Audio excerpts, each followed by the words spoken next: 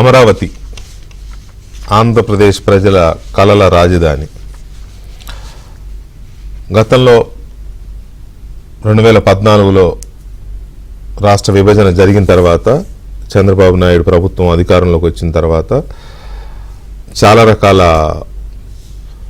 మేధోమథనం కావచ్చు, లేకపోతే ప్రజల అభిప్రాయాలు కావచ్చు, మేధావుల అభిప్రాయాలు కావచ్చు, భౌగోళికపరమైన అంచనాలు ఇటువంటివన్నీ చూసుకొని రాష్ట్రానికి మధ్యలో ఉండాలి, నీరు అందుబాటులో ఉండాలి, ఆల్రెడీ ఎస్టాబ్లిష్డ్ ఇన్ఫ్రాస్ట్రక్చర్ అంటే రైలు, విమానాశ్రయం ఇటువంటివన్నీ ఉండేలాగా చూసుకొని రాష్ట్రానికి మధ్యలో ఉండి అటు ఉత్తరాంధ్ర ప్రాంతానికి, రాయలసీమ ప్రాంతానికి కూడా సమాన దూరంలో ఉంటుందని అమరావతిని ఎంపిక చేసి అందరి ఆమోదంతో రాజధాని నిర్మాణాన్ని అక్కడ ప్రారంభించారు.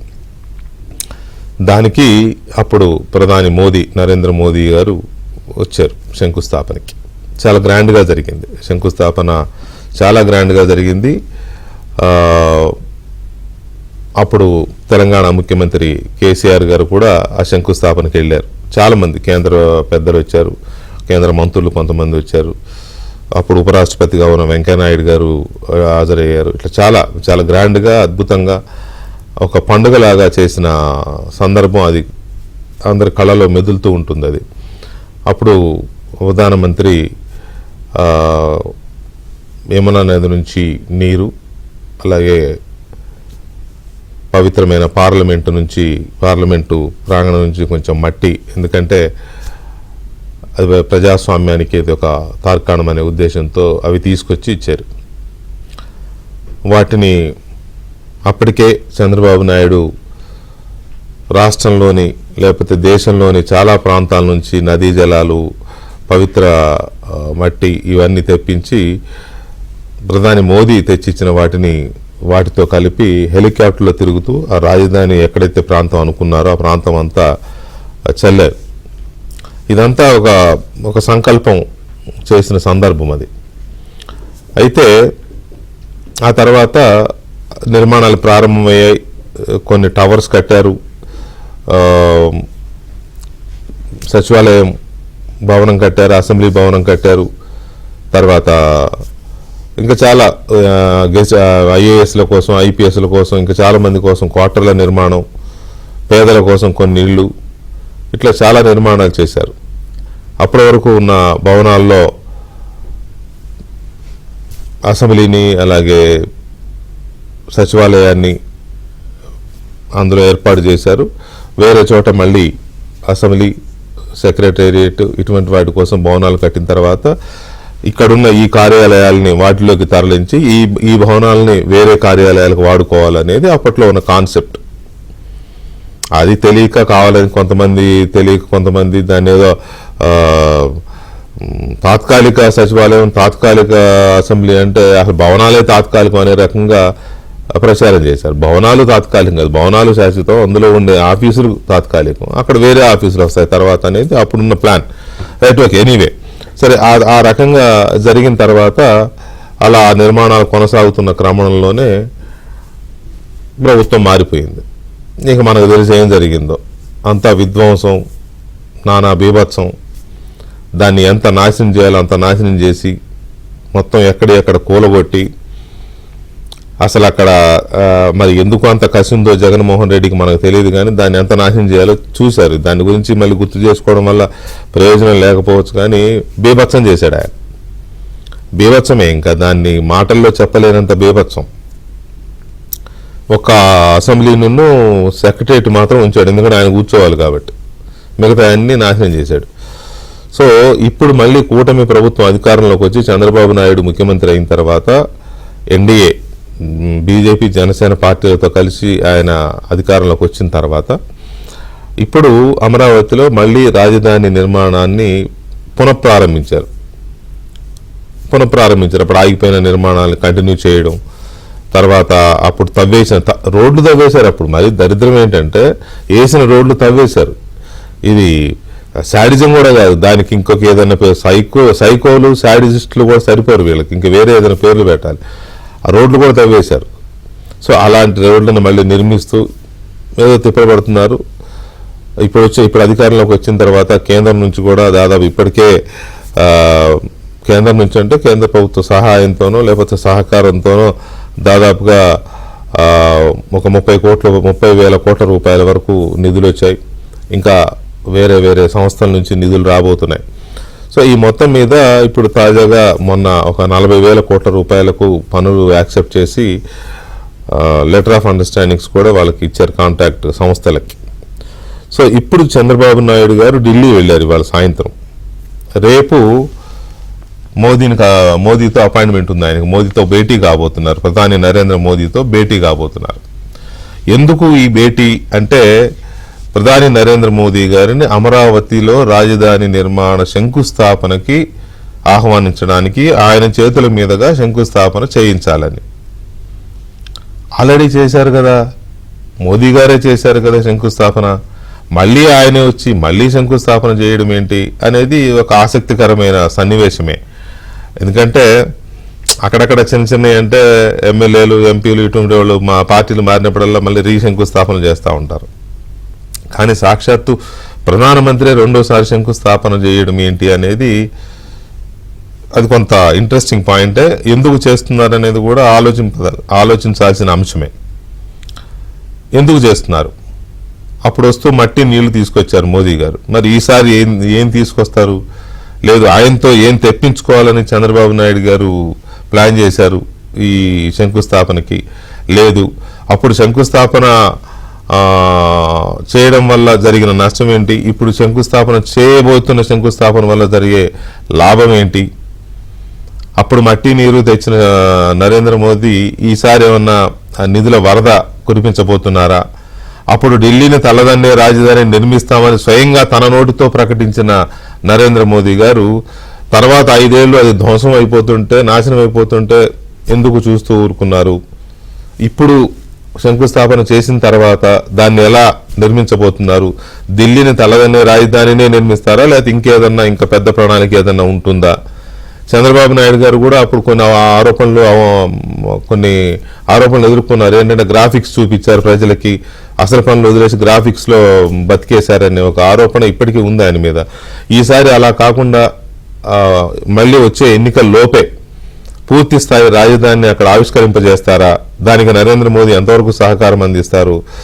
గత ఆరోపణలేంటి, ఇప్పుడు ఎదురు చూస్తున్న నిజాలేంటి, ఎదురు చూస్తున్న అవకాశాలేంటి, అసలు రెండోసారి శంకుస్థాపన అర్థం ఏంటి? అమరావతికి మళ్లీ శంకుస్థాపన, అది కూడా ప్రధాని నరేంద్ర మోదీ చేతుల మీదుగానే శంకుస్థాపన చేయించాలనే చంద్రబాబు నాయుడు గారి ప్రయత్నాలు. సూత్రప్రాయంగా నరేంద్ర మోదీ శంకుస్థాపన చేయడానికి రావడానికి అంగీకరించినట్టుగా కూడా మనకి సమాచారం అందుతుంది.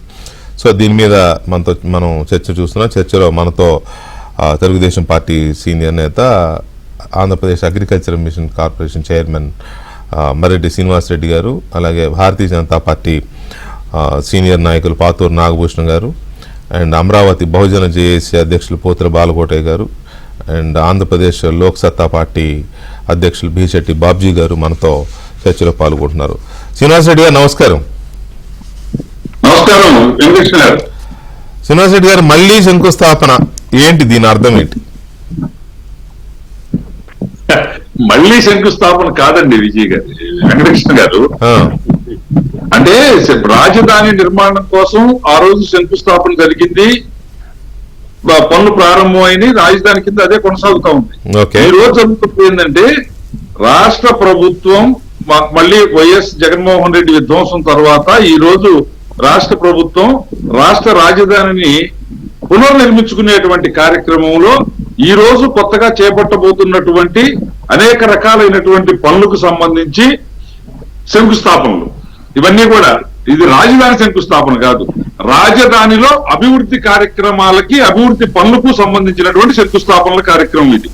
ఈ రోజు 40,000 కోట్ల రూపాయలతోటి రాజధాని కేంద్రంగా రోడ్లు అయితేనేమి, భవనాలు అయితేనేమి, అంటే ఇన్ఫ్రాస్ట్రక్చర్ మొత్తం డెవలప్ చేయడానికి అవసరమైనటువంటిదంతా కూడా ఈ రోజు మళ్ళీ తిరిగి ఆ కార్యక్రమం అనేది గత 5 సంవత్సరాలు, దాదాపుగా 5 సంవత్సరాల 5 మాసాలు తెలుగుదేశం పార్టీ అధికారం కోల్పోయి వైసీపీ అధికారంలోకి వచ్చిన తర్వాత ఈ రోజు వరకు జరిగినటువంటి కార్యకలాపాల్లో ఎక్కడా కూడా రాజధానిలో ఒక చిన్న చిన్న ఎత్తు, అంటే ఒక చిన్న ఇంత నువ్వు కిందంత కూడా అభివృద్ధి కార్యక్రమాలు జరగకపోగా ఉన్నటువంటి పైప్ లైన్లు అయితేనేమి, ఇసుక అయితేనేమి, అంటే అగ్రిగేట్స్ ఆ మెటీరియల్స్ అన్నింటినీ కూడా దొంగతనం చేసుకుపోవడం, ఆఖరికి వేసినటువంటి రోడ్లను కూడా తుమ్ముకొని పోయినటువంటి పరిస్థితి రాజధాని అంటే ఒక దొంగలు సంచరించే ప్రాంతం కింద. గతంలో ఒక ఊరు నుంచి ఒక ఊరు కాలినడక ప్రయాణాలు ఉన్నప్పుడు కొన్ని గ్రామాల మధ్య ఆ చెట్టుకి దొంగల చెట్టు అని, దొంగల కుంటని ఇలాంటి పేర్లు ఉండేది. అలాంటిదే రాజధానిలో ఒక దొంగల స్వైర విహారం చేసేటువంటి ప్రాంతం కింద దాన్ని ముద్రించే ప్రయత్నం చేశాడు ఆనాటి ఆ ప్రాంత వాస్తవ్యుడైనటువంటి పక్క పార్లమెంట్ ఎంపీ నేతృత్వంలో జరిగినటువంటి దారుణాలు, దురాగతాలు అన్ని కూడా చూశారు. అలాంటి విధ్వంసం తర్వాత రాజధాని అంటే అదొక గొప్ప కళ. ఎవరికైనా చూసేటువంటి వాళ్ళకి రాజధానికి వెళ్తున్నాము అంటే ఇప్పుడు ఎక్కడికో అంటే ఒక భూతల స్వర్గంలోకి వెళ్తున్న ఫీలింగ్. గతంలో హైదరాబాద్ ఏ విధంగానే ఉండనియండి, ఇక్కడ చిత్తూరు నుంచో, నెల్లూరు నుంచో, ఒంగోలు నుంచో రాజధానికి వెళ్తున్నాము అంటే అదొక ఇది. అలాంటిదే ఈ రోజు రాష్ట్ర రాజధాని ఈ విధమైనటువంటి విధ్వంసాల్లో ధ్వంసం అయిపోయినటువంటి పరిస్థితి నుంచి తిరిగి ప్రపంచం గర్వించే స్థాయిలో, ఢిల్లీని తగలనటమే కాదండి, ప్రపంచంలో ఈ రోజు ఉన్నటువంటి టెక్నాలజీకి అనుగుణంగా, ఈ రోజు ఉన్నటువంటి ప్రజల యొక్క అవసరాలకు అనుగుణంగా అన్ని రకాల వస్తువుల్ని కల్పించేటువంటి రాజధాని, చూడడానికి సుందరంగా ఏదైనా సరే ఈ రోజు చూస్తున్నటువంటి దాంట్లో ఆ నాగరికత విలసిల్లేటువంటి పరిస్థితి మన నిర్మాణాల్లోనే ఉంటుంది. ఇప్పుడు హరప్ప, మొహంజోదారో నాగరికతలు, ఆ రోజు మెస్పటోనియా నాగరికత, ఈ నాగరికతలు మొత్తం కూడా నదీ తీర ప్రాంతంలో నిర్మించినటువంటి నిర్మాణాలతోనే ఆనాటి నాగరికతల యొక్క ప్రత్యేకతని, విశిష్టతని, గొప్పతనాన్ని చూడటం జరిగింది. అదే విధంగా ప్రపంచం మొత్తం కూడా అబ్బురపడే విధంగా ఆంధ్రప్రదేశ్ రాజధాని, ఆంధ్రుల రాజధాని ఈ విధంగా ఉంది అనేటువంటి ఒక అబ్బురపడే విధంగా రాజధాని నిర్మించాలి అనేటువంటి తెలుగు నిజమే శ్రీనివాస్ రెడ్డి గారు, మీరు ప్రపంచం అబ్బురపడే విధంగా మీరు అనుకున్నారు, ఢిల్లీని తలదన్నే విధంగా ఉంటది రాజధాని అని మోదీ గారు స్వయంగా చెప్పారు కదా, ఆయనే అన్నారు కదా.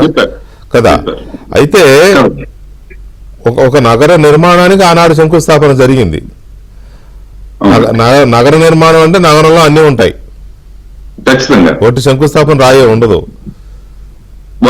అన్నిటికీ రాజధానిలో ఉండాల్సిన అన్ని హంగులకి ఆ రాజు ఒక అద్భుతమైన ముహూర్తం అనుకుని ఆ ముహూర్తంతో శంకుస్థాపన చేశారు, మోదీ గారితో చేయించారు.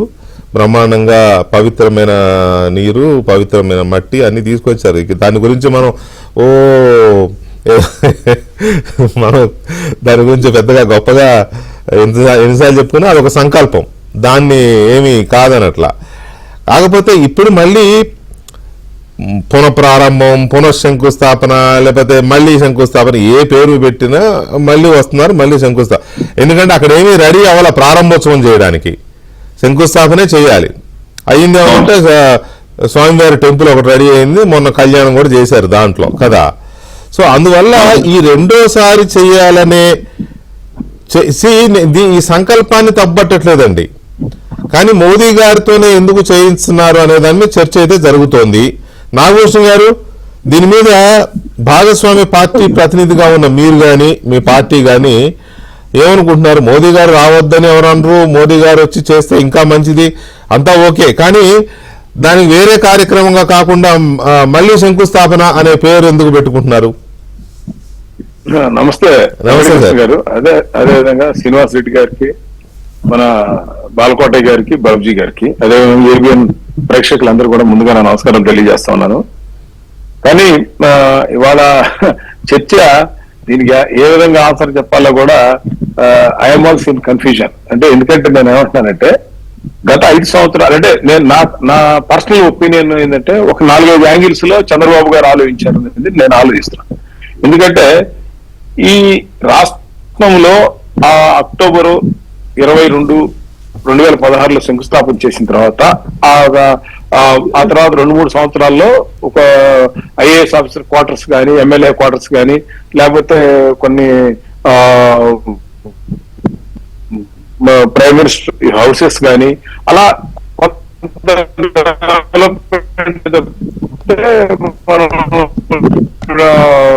సెక్రటరీ కట్టాము, హైకోర్టుకి కనపడలేదు. పోయినసారి ఒకటి మాత్రం వాస్తవం, మనకి ఫస్ట్ టైం బ్యాడ్ ఎక్స్పీరియన్స్ అంటే టైం కిల్ అయిపోయింది బాగా. డిజైన్లు కానీ వాటికని వీటికని చాలా టైం ఎక్కువ చేసుకుంది. మనం తిప్పనన్ని తాడికొండలు వచ్చినప్పుడు చెప్పటం, అదే మంగళగిరి ఎలక్షన్కి వచ్చినప్పుడు చెప్పటం, ఇవన్నీ కూడా జనం నమ్మి ఓటేసిన తర్వాత లాస్ట్ 5 years లో ఇందాక శ్రీనివాసరెడ్డి, నందిగం సురేష్ లాంటి ఒక్కడే కాదు, వైసీపీ ప్రజలు కూడా మట్టి కానించి అక్కడి నుంచి తోవులు కానించి ఏది దొరికితే వాటిని అమ్మేసుకున్నారు శుభ్రంగా. ఎస్కెట్టాగా మామూలు అనుకోండి. కానీ ఈ 5 సంవత్సరాల్లో జరిగినటువంటి డ్యామేజ్, అట్లాగే ఆ పునాదులు ఉన్న చోట, ఆ ఐరన్ రాడ్స్ ఉన్న చోట నీళ్లు నిలబడటం, వాటిని తీకొని ఉండటం, ఇవన్నీ జరిగినాయి. ఇప్పుడు ఏంటంటే చంద్రబాబు నాయుడు గారు ఈ కార్యక్రమం పెట్టడంలో ఇంతకు ముందు 5 సంవత్సరాలు జరిగిన నష్టం ఒక ప్రజలకు తెలియాలి. మనం ఇక్కడి నుంచి ఒక్కొక్కసారి ఏం చేస్తామంటేనంటే ఎంగేజ్మెంట్ అయిన తర్వాత పోస్ట్ పోన్ కి ఏదైనా ప్రాబ్లం వస్తే మళ్ళా డేట్ మార్చుకుని మనం ఆ విధంగా చేస్తుంటాం. ఈ 5 సంవత్సరాలు నిజంగా చెప్పాలంటే మనకు పెద్ద ప్రాబ్లం అయి కూర్చుంది. ఈ ప్రాబ్లం వల్లే ముందుకు వెళ్ళలేదు. ఇవాళ చంద్రబాబు గారు ఏంటంటే దీన్ని ఆల్రెడీ 15,000 కోట్లు, హట్కో నుంచి 12,000 కోట్లు డబ్బులు రావటం, రైల్వే లైన్కు 3,000 కోట్లు రావటం, దీన్ని స్పీడ్ గా పరిగెత్తించాలి. ఎట్టి పరిస్థితుల్లోనూ పరిగెత్తించేటప్పుడు నేను అనుకోవటం మోడీ గారిని పిలవటం ఉద్దేశం ఏంటంటే, మీరందరూ శంకుస్థాపన అంటున్నారు కానీ జస్ట్ ఏంటంటే ఒక ప్రెజెంటేషన్ లాగా అంటే ఏ విధంగా మనం చేయబోతున్నాం, ఏ విధంగా దీన్ని పర్ఫెక్ట్ గా ముందుకు తీసుకెళ్ళాలి. నెక్స్ట్ 4 years లో ఆల్రెడీ 1 year అయిపోయింది. ఇప్పుడు నేను అదే చెప్తున్నా, ఇప్పుడు ఈ నెక్స్ట్ 4 months లో నేను నిన్న ఒక విజయవాడ వెస్ట్ బైపాస్ కి నేను బ్రిడ్జ్ మీద కూడా నేను చూసాను. అసలు మనం జనాలకి ఏం జరుగుతుందో తెలియదు కాబట్టి ఆల్రెడీ బ్రిడ్జి వర్క్ అంతా అయిపోయిందండి, ఫినిషింగ్ చేస్తున్నారు. ఎట్టి పరిస్థితుల్లో జూన్ జూలైలో వెస్ట్ బైపాస్ ఓపెన్ అవుతుంది. అది కనుక ఓపెన్ అయిందంటే ఆటోమేటిక్ గా గేమ్ చేంజర్ ఫర్ రాజధానికి. ఎందుకంటే విజయవాడ టౌన్ లో లారీలు రావు అంటారు, దరిదాపుగా బ్రిడ్జ్ రెడీ అవుతుంది. అట్లాగే ఈ కరకట్ట ఏదైతే ఉందో, ఇప్పుడు సీడ్ యాక్సెస్ రోడ్ అవ్వకముందే దీనికి ఒక 800 కోట్లు శాంక్షన్ చేశారు. అది కూడా ఎంత ఫాస్ట్ గా, నేనేమంటున్నానంటే కొంచెం ఇంటర్నేషనల్ అంటే LNT లాంటి కనుక వాళ్ళైతే ఒక బ్రిడ్జ్ నేను చూశాను అబుదాబిలో 12 months లో 3,500 కోట్ల బ్రిడ్జ్ కట్టారండి. అలాగే ఇప్పుడు మీరు కన్ఫ్యూజన్ లో ఉన్నానని చెప్పి మమ్మల్ని కన్ఫ్యూజన్ లో పడేస్తారు. ఓకే, కాబట్టి అవన్నీ దుబాయ్ కంపెనీలు, LNT కంపెనీలు అవన్నీ ఎట్లాగో చేస్తున్నారు, వాళ్ళే చేశారు. షాపోజీ పల్లెంజీ LNT ఇవన్నీ వస్తాయి. మొన్న LOE కూడా ఇచ్చారు వాళ్ళకి 40,000 కోట్లు. నేను అనేది అది కాదు. ఈ దీంట్లో మీరు క్వశ్చన్ నేను ఆన్సర్ చెప్తా, కన్ఫ్యూజన్ లేదు. మీరు అన్నదే చెప్తున్నా నేను. మీరు ఆ క్వశ్చన్ ఏంటి ఇప్పుడు చెప్తా ఆన్సర్ కరెక్ట్ గా స్ట్రైట్ వే. కాదు, మీరు అన్నదే చెప్పాను, నేనేమి సృష్టించలా. మీరు స్టార్టింగ్ ఉన్నారంటే నిజానికి debate I'm also in confusion అనే పదం వాడారు కాబట్టి చెప్పారు. దాని నుంచి బయటపడడం కోసం మీరు ఎటో LNTలు అదేదో దుబాయ్లు ఎటో తీసుకెళ్తున్నారు. అది కాదు, నేను ఇప్పుడు మీరు అంటున్నారు కాబట్టి శంకుస్థాపన కాదంటున్నా. మీరు అనే దానికి నేను అనేది ఏంటిది మరి? శంకుస్థాపన కాకపోతే ఏంటి, దాన్ని ఏమనాలి? కాదు మనం కాదు ఒక ప్రాజెక్ట్ మనం చేసేటప్పుడు డిఫరెంట్ స్టేజ్ లో డిఫరెంట్ యాక్షన్స్ తీసుకుంటూ ఉంటాం. అలాగే దీనికి ఇప్పుడు కొన్ని యూనివర్సిటీలు వచ్చినాయి, SRM వచ్చినాయి, రకరకాలుగా వచ్చినాయి. నేనేమంటానంటే మోడీ గారిని తీసుకొచ్చి చంద్రబాబు నాయుడు గారు ఒక మంచి ప్రజెంటేషన్ ఇచ్చి ప్రజలకు కూడా అర్థం కావాలి. మళ్ళా రేపు 4 సంవత్సరాల తర్వాత ఏ విధంగా డెవలప్ అయింది, ఏ విధంగా గ్రీన్ సిటీ అయింది, ఏ విధంగా వితౌట్ పొల్యూషన్ ఉంది, అవుటర్ రింగ్ రోడ్ ఏ విధంగా వచ్చింది, ఇదంతా ఒక ప్రజెంటేషన్ చేయాలంటే అందరికీ ఒక అవగాహన ఉండాలనే ఉద్దేశంతో మోడీ గారిని పిలిచి ఇక్కడ ఒక కార్యక్రమం, అంటే మోడీ గారు వస్తారా నాకు తెలియదు, ఎందుకంటే అక్కడ టైం పర్మిట్, ఇక్కడ డేట్స్ ఇవన్నీ చూసుకొని సింక్రనైజ్ చేసుకుంటారు. వస్తే బ్రహ్మాండంగా ఉంటుంది. ఆయన కూడా ఆల్రెడీ ఇన్ని డబ్బులు ఇచ్చాం కాబట్టి ఇంకెంత డబ్బులు అవసరం వచ్చి ఈ ప్లానింగ్ అంతా ఉంటుందనే ఉద్దేశంతో దాన్ని ఇప్పుడు ఇందాక నేను శ్రీనివాసరెడ్డి గారు అనుకుంటున్నాం. అసలు ముందు ఏపీఎన్ రాధాకృష్ణ గారికి వెంకటకృష్ణ మీరు అక్కడ కడుతున్నారు స్టూడియో ముందు, మీరు రాజధాని మీరు కట్టాలి సార్ అని అడుగుదాం అనుకుంటాం. మీరు అక్కడ ఫిల్మ్ నగర్ లో కడుతున్నారు కదా, ముందు మీతో స్టార్ట్ చేయండి మాకు అని అనుకుంటున్నాం ఇద్దరం. ఏది ఆఫ్ ద రికార్డ్ ఫోన్ లో. అది అట్లాగే డెఫినెట్ గా మీరు అన్నట్టుగా ఈ రాష్ట్రంలో ఈ రాజధాని 100% వరల్డ్ స్టాండర్డ్స్ తో ఉంటుందండి. మనం ఇవాళ వితౌట్ పొల్యూషన్ అంత కొత్త రోడ్లు, ఈ వైడనింగ్, అండర్ గ్రౌండ్ కేబుల్స్ నేను మనం చూశాను 20 అడుగులు సార్ నేను కాదంటలే సార్, నేను మళ్ళీ చెప్తున్నా, ప్రపంచ స్థాయి రాజధాని నగరాన్నే మీరు నిర్మించాలని తలపోస్తున్నారు, మంచిదే. 2014లో అదే చెప్పారు, మంచిదే. అప్పుడు కూడా ఈ ప్లానింగ్లకి గ్రాఫిక్స్ కోసం టైం వేస్ట్ చేసి అనవసరంగా అసలు నిర్మాణాలు అవ్వలేదు, అందుకనే జగన్ వచ్చి చెడగొట్టాడు. జగన్ వచ్చే నాటికి కన్ఫ్యూజన్ లో ఉంటుంది సార్. అదే జగన్ వచ్చే నాటికి గనక రాజధాని నిర్మాణం ఆల్మోస్ట్ కంప్లీట్ అయ్యి ఉంటే అతనేం చేసి ఉండేవాడు కాదు. ఏమి లేకపోవడం వల్ల అతను ఇష్టమైన గేమ్స్ ఆడాడు అనే చర్చ అయితే ఉంది కదా ప్రజల్లో. సో అయిపోయింది 5 ఏళ్ళు ఒక చీకటి రాజ్యాన్ని, చీకటి రోజుల్ని చూశారు. ఓకే, ఇప్పుడు కూటమి ప్రభుత్వం వచ్చింది, 9 నెలలు అయిపోయింది. నాకు నిన్న ఎవరో నేను ఎంక్వైరీ చేశా, చంద్రబాబు నాయుడు గారు మళ్ళీ ఢిల్లీ వెళ్తున్నారు కదా, ఏంటి అక్కడ పరిస్థితి అంటే 30 కోట్లు పెట్టి పెరిగిపోయిన ముళ్ళకంపంతా కొట్టించేశారండి. అప్పుడు చంద్రబాబు నాయుడు గారు రాగానే మళ్ళీ మొత్తం ముళ్ళకంపంతా పెరిగిపోయిందండి, సేమ్ మళ్ళీ పాత స్టేజ్కి వచ్చేసింది. ఇప్పుడు రేపు ఆయన ఏప్రిల్ ఆఖరి వారంలో మోదీ గారు వచ్చే ప్రోగ్రామ్ ఫిక్స్ అయితే మళ్ళీ క్లీనింగ్ మొదలెట్టాలి. మళ్ళీ 5 కోట్లు 10 కోట్లు తెలియదు నాకు ఎంత వద్దనేది. సో ఈ సిచ్యువేషన్లో ఇప్పుడు మోదీ గారు వచ్చిన తర్వాత ఏం చెప్పదలుచుకున్నారు, ఈ కార్యక్రమం యొక్క ఉద్దేశం ఏంటి అనే దాని మీదనే. బాలకోట గారు నమస్తే అండి. నమస్తే అమ్మా. బాలకోట గారు, ఓకే, అమరావతి చాలా కష్టాలున్న తర్వాత, ఉద్యమాల తర్వాత ఎన్నో సమస్యలను ఎదుర్కొని మళ్ళీ పురుడు పోసుకుంటోంది. ఓకే, ఒక పునర్జన్మే ఒక రకంగా చెప్పాలంటే అమరావతికి, అంతవరకు బాగుంది. కానీ ఈ మళ్ళీ చెప్పడం అయితే శంకుస్థాపన అని చెప్పారు. ఇప్పుడు శ్రీనివాసరెడ్డి గారు నాగభూషణం గారు మళ్ళీ ప్రారంభం అని చెప్తున్నారు, కానీ శంకుస్థాపననే చెప్తున్నారు. దానికి ప్రధానమంత్రి గారు వస్తారు శంకుస్థాపన, కానీ వాట్ ఎవర్. సో ఈ కార్యక్రమాన్ని మనం ఎలా విశ్లేషించవచ్చు మీ స్టైల్లో? వెంకటేష్ గారు నమస్తే. నమస్తే అండి. నాగభూషణం గారికి, శ్రీనివాసరెడ్డి గారికి, అలాగే బాబ్జీ గారికి నమస్కారాలు. వెంకటకృష్ణ గారు 3 అంశాలు. ఏ శుభముహూర్తాన రాజధాని నిర్మాణం జరిగిందో, లేదా ఏ అశుభముహూర్తాన రాక్షసమంద కాపుగాసి దాని మీద విపరీతమైన ఆశీస్సులు పలక్కోకుండా చేసిందో నాకు తెలియదు. కానీ ఒక రాష్ట్ర రాజధాని ఇంతటి వివాదాస్పదం అవటం అనేది మహాదారుణం. రాజధాని అమరావతి యొక్క కష్టాలని, అమరావతిని ఒక మనిషిగా మనం పోల్చుకుంటే అతను పడ్డ ఆవేదనల మ్యూట్ అయింది చూడండి. చరిత్ర పుటంలో రామదాసు కూడా పడి ఉండదు. చరిత్ర పుటంలో రామదాసు కూడా పడి ఉండదు. అన్ని కష్టాలు పడ్డది అమరావతి. సరే, ఇదంతా ఒక ఎత్తు. ఈ రోజు ప్రధాని నరేంద్ర మోడీ గారు ప్రజా రాజధాని అమరావతికి మరో మారు అంటే 2015 అక్టోబర్ 22వ తారీఖున శంకుస్థాపన మహోత్సవంలో భాగమైన నరేంద్ర మోడీ గారు 10 ఏళ్ల తరువాత మళ్ళీ అమరావతికి రావడానికి ప్రధానమైన కారణం నాకు తెలిసి, ఏదైనా ఒక శుభ కార్యక్రమం చేస్తున్నప్పుడు కొంతమంది దేవుని పూజించి, దేవుని ఆరాధించి, ఒక యజ్ఞం చేసి 10 మందిని పిలిచి కార్యక్రమాలు చేస్తూ ఉంటారు. అలాంటి వ్యక్తుల్లో చంద్రబాబు నాయుడు గారు చాలా అగ్రగణ్యుడు. ఎందుకంటున్నానంటే, మొన్న ప్రజా రాజధాని అమరావతి నిర్మాణ పనులు ప్రారంభిద్దామని అనుకోగానే ఆయన చెప్పిన మాట ఏంటంటే, ముఖ్యమంత్రి గారు ముందు శ్రీనివాసుని కళ్యాణం చేసి పనులకు శ్రీకారం చుట్టండి, టీటీడీ దేవస్థానం బిఆర్ నాయుడు గారి ఆధ్వర్యంలో ఆ కార్యక్రమం చేపట్టి అమరావతి రైతులకి ప్రతి ఇంటికి కూడా ఒక ఆహ్వాన పత్రిక పంపించి, స్వయంగా బిఆర్ నాయుడు గారు నాలాంటి వాళ్ళకి బాలకోటకి కూడా ఫోన్ చేసి ఆహ్వానించి ఆ కార్యక్రమాన్ని తీశారు. ఈ రోజున రాజధాని అమరావతిలో 40,000 కోట్ల రూపాయల పనులు జరుగుతున్నాయనన్నా, రేపో మాపో 11,000 కోట్ల రూపాయలకి టెండర్లు పలుకుతున్నారని అన్నా, ఈ దేశ ప్రధాని భాగస్వామ్యం చేయటం అనేది ముఖ్యమంత్రి గారి యొక్క బాధ్యత. ఎందుకంటే అది రాష్ట్ర రాజధాని, ఆయన ఈ దేశ ప్రధాని. సరే, దేశ ప్రధానిగా నరేంద్ర మోడీ గారికి అమరావతికి గత 5 ఏళ్లు ఉన్న ఒక భిన్నమైన స్వరం, ఒక భిన్నమైన ఇబ్బందికరమైన వాతావరణాన్ని మనం చూశాం. కాబట్టి మళ్ళీ మోడీ గారు చెమ్ముడు నీళ్లు తెస్తారా లేదా గుప్పెడి మట్టి తెస్తారా అనే మాటలు వస్తున్నాయి. కానీ రాజధాని అమరావతి అభివృద్ధి అనేది కేంద్ర ప్రభుత్వ సహాయ సహకారాలు లేకుండా, కేంద్రం యొక్క ఆశీస్సులు లేకుండా, అది అప్పుల్లో గాని నిధుల్లో గాని ముందుకు వెళ్ళటం అనేది చాలా ఇబ్బందికరమైన అంశం. చాలా కష్టసాధ్యం.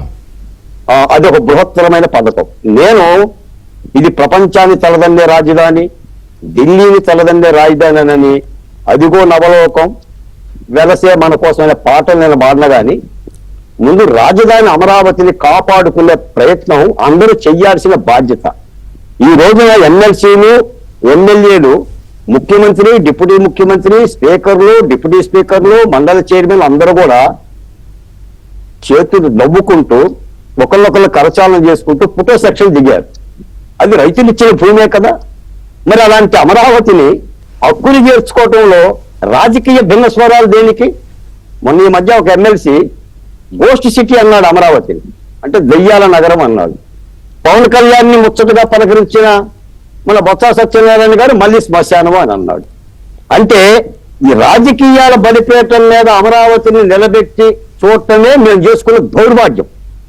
అసలు ముందు మా రాజధాని అనే భావం ఆంధ్ర రాష్ట్ర ప్రజలకు కలగాలి. ఢిల్లీని తలదన్నుతుందా, ప్రపంచాన్ని తలదన్నుతుందా తర్వాత సంగతి. ఇప్పుడు పాటూరి నాగభూషణం గారు కూడా మోడీ గారి రాక కోసం చాలా పాటలు పడి మరి చెప్తున్నారు. ఎందుకంత ఇబ్బంది? ఎందుకంటే గతంలో జగన్మోహన్ రెడ్డి గారు తీసుకున్న నిర్ణయాన్ని కేంద్ర ప్రభుత్వం ఫుల్ స్టాప్ పెట్టలేకపోయింది, నిరోధించలేకపోయింది. ఆఖరికి మా మహాపాదయాత్ర, దేవదేవుని పాదయాత్ర అప్పుడు భారతీయ జనతా పార్టీ కూడా మనసు మార్చుకొని అమరావతికి అనుసంధానంగా కలిసి అమరావతికి కట్టుబడి ఉన్నామని చెప్పి ఒకటే రాజధాని కావాలని నిర్ణయించింది. అంతకుముందు భారతీయ జనతా పార్టీ కూడా 2-3 సస్పెండ్ చేసింది ఆ పార్టీలో అమరావతికి మద్దతు పలికిన వాళ్ళు. కాకపోతే ఒక మాట ఏంటంటే సార్, చైనా విప్లవంలో ఒక మాట నేను వచ్చారు.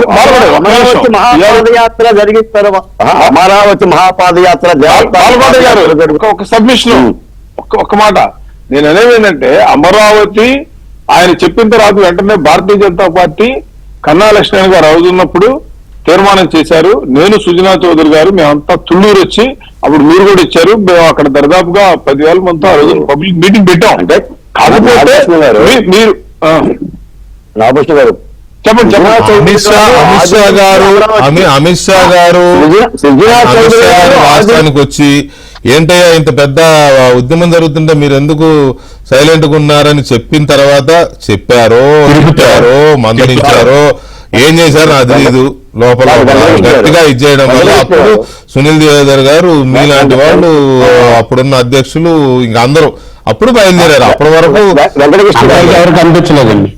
వెంకటకృష్ణ గారు, సృజనా చౌదరి గారు ఆది నుంచి అమరావతికి ప్రత్యక్షంగా పరోక్షంగా మా కేసుల విషయంలో గానీ అమరావతి బాహుబలిలో గానీ మాకు ఆయన ఆదుకున్న వ్యక్తే. ఆయన భారతీయ జనతా పార్టీ పాత్ర పోషించరు. ఆయన ఆంధ్రప్రదేశ్ ఎంపీగా అమరావతి ఆయన సమక్షంలో జరుగుతుంది కాబట్టి ఇది న్యాయమని భావించి పనిచేశాడు. సరే, నేను ఆ వివాదం వేదిక పోవడంలో అది అమరావతి మహాపాదయాత్రప్పుడు జరిగింది.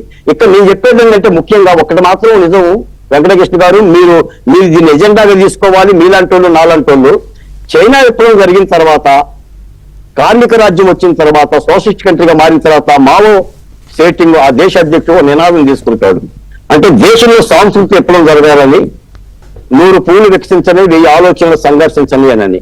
ఈ రోజు కూడా మొన్న జగన్మోహన్ రెడ్డి గారు అమరావతిలో ఏదో జరుగుతుందంట, మీరు ఫ్రీ బస్ పోతే మా రాయలసీమ ప్రజలందరూ కూడా చూడటానికి వెళ్తామని అనుకుంటున్నారని చెప్పని ఒక వ్యాఖ్యానం చేస్తున్న దుర్మార్గం. ఇప్పటికీ బొత్స సత్యనారాయణ గారు శ్మశానం అని మాట్లాడుతున్న దుర్మార్గం. అంటే దీనిని మనం ఖండించకుండా అమరావతిలో ఏదో జరిగిపోతుంది, 1000 కోట్ల రూపాయలు రాష్ట్ర సంపద అంతా కూడా దోచిపెడుతున్నదనే భావాన్ని రాజకీయ పక్షాలు ప్రచారం చేస్తుంటే, నిజానికి మొన్న బడ్జెట్ లో ₹1 కేటాయించాలి అమరావతికి. ₹1 రాష్ట్ర బడ్జెట్ కేటాయించిన 3 లక్షల కోట్ల రూపాయల బడ్జెట్ లో ప్రపంచ బ్యాంకు నిధులు, హడ్కో నిధులతోనే అమరావతి పనులకు చంద్రబాబు నాయుడు గారు శ్రీకారం చుట్టారు. ప్రపంచం నుంచే పరిశ్రమలు తెచ్చే ప్రయత్నం చేస్తున్నారు. అది రాష్ట్రానికి ఒక అత్యపాత్రమైన భావన మా రాష్ట్రంలో కలిగించుకోకుండా మళ్ళీ ఇంద్రుని అమరావతి మీద కనుక దండెత్తినట్టు మళ్ళీ మరొక రాక్షసులు లేదా మరొక తొమ్మిలకు మళ్ళీ అమరావతిని చెరలో పెడితే దానికి ఎవరు ప్రాయశ్చిత్తం పడతారు? నేను అదే అంటున్నానండి. కాదు, నా పాయింట్ కూడా అదే. ఇప్పుడు చేసే కార్యక్రమం సరే, దానికి ఏ పేరైనా పెట్టుకోనివ్వండి, శంకుస్థాపనను పెట్టుకోనివ్వండి, మళ్ళీ శంకుస్థాపనను పెట్టుకోనివ్వండి, పునఃప్రారంభం అని ఏ పేరైనా పెట్టుకోనివ్వండి. ఇప్పుడు మోదీ గారు, చంద్రబాబు నాయుడు గారు వీళ్ళిద్దరూ కలిసి ఏప్రిల్ ఆఖరి వారంలోనో 3వ వారంలోనో చేయబోయే కార్యక్రమం యొక్క ఉద్దేశం ఏంటి? ప్రజలకి ఒక భరోసా ఇవ్వడము, ఇది అమరావతి ఇక ఫైనల్, అమరావతి ఆంధ్రప్రదేశ్ రాజధాని, ఇది గతః, ఇక దీన్ని ఎవడూ కదల్చలేడు అని చెప్పడమేనా? బాబుజీ గారు మీకేమనిపిస్తుంది? ఒక్క మాట మళ్ళీ వస్తా. మీకు నాగభూషణం గారికి, శ్రీనివాస్ రెడ్డి గారికి, బాలకోట అన్నకి, మరి ఏబిఎన్ ప్రేక్షకులకి అందరికీ నమస్కారం. ఇది మంచి సబ్జెక్టు. ఇప్పుడు ఆ పెద్దలంతా చెప్పారు. ఏదేమైనా రాష్ట్రంలో ప్రజలకైతే క్లారిటీ ఉంది వెంకటకృష్ణ గారు. మన రాజధాని అమరావతి అభివృద్ధి చెందాలి, చంద్రబాబు నాయుడు గారి హయాంలో ఇది కంప్లీట్ కావాలి, ఇది అందరి ఆశలకు అనుగుణంగానే నిర్మిత కావాలని ఉంది. కానీ రాజకీయ పార్టీల్లోనే తేడా ఉంది. ఈ రాజకీయ పార్టీల్లో తేడా ఉండి అమరావతిని విధ్వంసం చేసిన జగన్మోహన్ రెడ్డి అండ్ కోకి ప్రజలు బుద్ధి చెప్పారు. ఇప్పుడు చంద్రబాబు నాయుడు గారు ప్రధానమంత్రి గారిని తీసుకురావడం వెనుక మీరైనా, నేనైనా, నాగభూషణం గారైనా, శ్రీనివాస్ రెడ్డి గారైనా, బాలకోటి గారైనా ఏం చెప్తాం, పెద్ద ఆయన అధికారంలో ఉన్నారు, ప్రధానమంత్రి, కేంద్రం సహకరిస్తేనే కానీ సాధ్యం కాదు, కేంద్రం సహకరించాలి, ఇది బృహత్తరమైనటువంటి ఈ ప్రాజెక్టు, అలాగే జాతీయ స్థాయిలో అందరి ఆశలు కూడా దీనిపైనే ఉన్నాయి కాబట్టి తీసుకురావాల్సిన అవసరం ఉంది. కానీ ప్రధానమంత్రి గారు వచ్చేటప్పుడు చెబుతో నీళ్లు వేస్తారా, చేటతో పసుపు చేస్తారా, లేకపోతే బర్రెంతో కుంకుమ తెస్తారా అనేది చర్చ కాదు. ప్రధానమంత్రి గారు గడిచిన 5 సంవత్సరాలుగా ఇక్కడ విధ్వంసం జరిగినప్పుడు ఆయన పెద్దన్న పాత్ర ఎందుకు పోషించలేదు అన్నది దాదాపుగా 80-90% జనం ప్రజల మనసులో ఉంటది. నేను ఓపెన్ గా చెప్పగలుగుతున్నాను. ఇందులో ఈ జరిగిన దాష్టికంలో జగన్మోహన్ రెడ్డి అండ్ కో చేసినటువంటి దాష్టికంలో కేంద్ర ప్రభుత్వం వాటా ఉంది. వీళ్ళందరూ కలిపి రోడ్డు మీదకి వచ్చినప్పుడు ఆ రాజమండ్రి బ్రిడ్జి దాటిన తర్వాత అక్కడ ఆగిపోయినప్పుడు నేను ఇల్లు సంఘీభావం ప్రకటించడానికి వెళ్ళినప్పుడు అక్కడ పోలీసులు చేసినటువంటి కార్యక్రమం, ఆ రోజు అక్కడ మార్గాన్ని భర్త ఆధ్వర్యంలో జరిగిన దాడులు కానీ ప్రభుత్వం చేసిన మహిళల మీద పెట్రోల్ గట్రా పోసి అంత అరాచకం చేస్తే ఆ రోజు కేంద్ర ప్రభుత్వం ఇచ్చిన మాట కోసం గాని, లేకపోతే ఇక్కడికి వచ్చి శంకుస్థాపన చేసిన పెద్దలు గాని కనీసం ఒక్క మాట ఈ రాష్ట్ర ప్రభుత్వాన్ని అనలేదనే బాధ నాబోటోళ్ళకి స్పష్టంగా ఈ రోజు ఉంది. అయితే ఈ రోజు మనం ఏం చెప్తున్నామంటే ఇది కలిసి ఉన్నారు కాబట్టి, చంద్రబాబు నాయుడు గారు ఓపికగా ఉన్నారు కాబట్టి ఈ రోజు తీసుకొని వచ్చారు. ఖండించడం కాదు, కానీ జరిగిన నష్టానికి కారణం ఏంటి? ఖండించడం ఎవరు? నేను ఖండించాను, నాగభూషణం గారు. దానికోసం లేదు, కేంద్ర ప్రభుత్వం పెద్దన్న పాత్ర పోషించాలి, ఆ రోజు పోషించలేకపోయింది. ఆ రోజు నష్టం చాలా జరిగింది, అమరావతికి జరిగింది, రైతులకు జరిగింది. ఈరోజు బొత్స సత్యనారాయణ ఎలా మాట్లాడగలుగుతున్నారు? ఆ రోజు ఏం మాట్లాడారు? మళ్ళా మనం ఏం చెప్పారు శాసన మండలిలో? మళ్ళా దానిపైన పునరాలోచన చేసి స్టాండ్ చేస్తామని ఎందుకన్నారు? రైతులు ఐక్యంగా కదిలారు కాబట్టి, రైతులు నిలబడ్డారు కాబట్టి, వాళ్ళ పక్షాన ప్రజలు నిలబడ్డారు కాబట్టి చంద్రబాబు నాయుడు గారు ఏం జరిగినా పర్వాలేదు, ఉత్తరాంధ్రలోనే చెప్పగలిగారు ఆ మాట, రాయలసీమలో చెప్పగలిగారు. ఓట్ల కోసం ద్వంద్వ ప్రేమాలని చెప్పలేదు. జనమే ఏమనుకుంటే అనుకోనివ్వండి, మన రాష్ట్ర రాజధాని అమరావతి అని చెప్పి శ్రీకాకుళం జిల్లా ఇచ్చాపురం దగ్గర నుంచి ప్రారంభించి ధైర్యంగా చెప్పగలిగారు. అదే ఇప్పుడు జగన్మోహన్ రెడ్డి ప్రభుత్వం అయితే ఏం చెప్పింది? మళ్ళా రాష్ట్ర మొత్తం సంపద అంతా తీసుకెళ్లి అమరావతిలో చంద్రబాబు నాయుడు పెడతారని దుష్ప్రచారం చేశారు. అయినప్పటికీ ప్రజలు ఏమని దాన్ని పట్టించుకోలేదు. అంటే 90% ప్రజల తీర్పు అమరావతి వైపు ఉంది. కానీ రాజకీయ పార్టీలోని విద్వేషం ఉంది. ఈ విద్వేషం, దురుద్దేశాన్ని ప్రజలు గమనిస్తున్నారు. నేను ఈ రోజు ప్రధానమంత్రి గారు ఒకవేళ ముఖ్యమంత్రి గారి మాట విని ముఖ్యమంత్రి గారి పిలుపు మేరకు వచ్చిన త్రికరణ శుద్ధిగా మనస్ఫూర్తిగా దీనిపైన దృష్టి పెడితేనే గాని ఇది 5 సంవత్సరాల్లో అయిపోతుంది, 5 రోజుల్లో అయిపోతుంది అని అనుకున్నది. ఎందుకంటే ఇది భూతల స్వర్గం కాదు, ఈ విశ్వామిత్రుడు సృష్టించినటువంటి త్రిశంకు స్వర్గం కాదు. దీని వెనకాతల అనేక వ్యయ ప్రయాసాలను ఇప్పుడు మీరు ప్రారంభంలో వెంకటకృష్ణ గారు చెప్పారు. తుప్పరగొట్టు చేయడానికి 25 కోట్లు అయితే మళ్ళా తుప్పులోనే వచ్చేసి మళ్ళా ఇంకో 25 కోట్లు అవుతుందని. కాబట్టి ఒక్క చంద్రబాబు నాయుడు వల్ల కాదు, కేంద్ర ప్రభుత్వం మనది, ఈ దేశంలో ఇది అంతర్భాగం, ఈ ప్రజల మనోభావం దెబ్బతినకూడదు అని అనుకోగలిగితేనే ఇది సాధ్యం. అంతే తప్ప ఏదో ఈ రోజు మళ్ళా ఆంధ్రప్రదేశ్ లో ఎన్డీఏ కూటమి, దానికి చంద్రబాబు అవసరం, లేకపోతే బీజేపీ కలిసి ఉంది, పవన్ కళ్యాణ్ అవసరం, మళ్ళా వచ్చి మళ్ళా నేను ఏదో హామీ ఇస్తున్నానంటే ప్రజలు గతంలో లేరు. ఏది ఏమైనప్పటికీ కేంద్ర ప్రభుత్వాన్ని విశ్వసిస్తున్నటువంటి ప్రజలే ఈ రోజు ఎన్డీఏ కూటమిని మద్దతు ఇచ్చారు. ఎన్డీఏ కూటమి ద్వారా పూర్తి స్థాయిలో అటు రైతుల తాలూకా ఆ కోరికలు నెరవేరాలి, ప్రజల ఆశలు నెరవేరాలి, ఈ రాష్ట్రానికి అప్రూపమైన రాజధాని కావాలని నేను లోక్సత్తా పార్టీ రాష్ట్ర అధ్యక్షుడిగా కోరుకుంటున్నాను. శ్రీనివాస్ రెడ్డి గారు, బాబుజీ గారు చెప్పిన దాంట్లో ఒక ఫ్యాక్ట్ ఏంటంటే, ఎన్డీఏ పక్షాలుగా మీరు కానీ లేకపోతే అధికారంలో లేకపోయినా కాంగ్రెస్ కానీ కమ్యూనిస్ట్ పార్టీలు కానీ అమరావతి రాజధాని అని వాళ్ళు ఫిక్స్ అయ్యారు. అప్పుడు చెప్పారు, ఇప్పటికీ చెప్తారు. వాళ్ళలో వేరే రెండో అభిప్రాయం లేదు ఆ పార్టీల్లో. వైసీపీ మాత్రం స్టిల్ ఇంకా ఏదో కెలకాలనే చూస్తుంది దాన్ని. మొన్నటికి మొన్న బొత్స సత్యనారాయణ గారు కూడా అప్పుడున్న పరిస్థితుల్లో 3 రాజధానులు అనుకున్నాం, ఇప్పుడు ఏంటనేది మేము పార్టీలో చర్చించి నిర్ణయం తీసుకుంటాం అన్నాడు. కానీ ఆయన అమరావతి రాజధాని అని మాత్రం అనలేదు. మీరు గమనించే ఉంటారు శ్రీనివాస్ రెడ్డి గారు.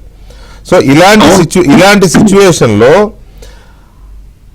డెఫినెట్ గా విమర్శ ఉంటుంది. గడిచిన 5 ఏళ్లు జగన్మోహన్ రెడ్డి దాన్ని నాశనం చేస్తూ ఉంటే సినిమా చూసినట్టు చూసారా, ఎందుకు చోద్యం చూశారు అనే చర్చ ఇక అది అంత తొందరగా పోదు. మిమ్మల్ని కాదు, తొందరగా పోదు. నాగభూషణ్ గారు దాన్ని కవర్ చేసుకోవాలనుకున్నా, ఇంకెవరు కవర్ చేసుకోవాలనుకున్నా ఆ విపరీతమైన యాంగర్ ఉంది అప్పట్లో. సరే, ఆ తర్వాత కాలంలో కొంత దాన్ని జట్టు కట్టడం వల్ల 3 పార్టీలు పొత్తు పెట్టుకోవడం వల్ల సరే వాళ్ళ సానుకూలత వీళ్ళ మీద కాస్త ఇదై ఉండొచ్చు. ఏదైనా కానీ అయిపోయింది, దాని గురించి నేను అనట్లేదు. కానీ ఇప్పుడు మళ్ళీ అలాంటి అభిప్రాయం రాకుండా చేయడం అనేది మళ్ళీ మోదీ గారు చంద్రబాబు నాయుడు గారు కలిసి చేయడం యొక్క ఉద్దేశమే అని అనుకోవచ్చా? ఇలాంటి రెండో అభిప్రాయం ఇంకా లేకుండా చేయొచ్చు అనేది ఉందా? ఒకటి, వెంకటకృష్ణ గారు, మీ రిమార్క్స్ లో మీరు చెప్తున్నప్పుడు చాలా విషయాలు కూడా ప్రజలకి ఆలోచనని రేకెత్తించే విధంగా ఉన్నాయి. వాటికి సమాధాన పడటానికి కూడా అంటే మీరు చెప్తున్న వాటిలో నుంచి ఉన్నాయి. అయితే తెలుగుదేశం పార్టీ వైపు నుంచి అమరావతి ఉద్యమాన్ని ఆమూలాగ్రం గమనంలో తీసుకొని దాంతో పాటు ఆలోచన చేసిన వాడిగా, ఆ రోజు రైతు రాష్ట్ర అధ్యక్షుడిగా, అయితే అదే విధంగా అమరావతి ఉద్యమానికి కూడా కోఆర్డినేషన్ లో నేను ఉన్నాను కాబట్టి నాకు ప్రతి విషయం తెలుసు. ఆ రోజు జరిగినటువంటి దాంట్లో ఏదైతే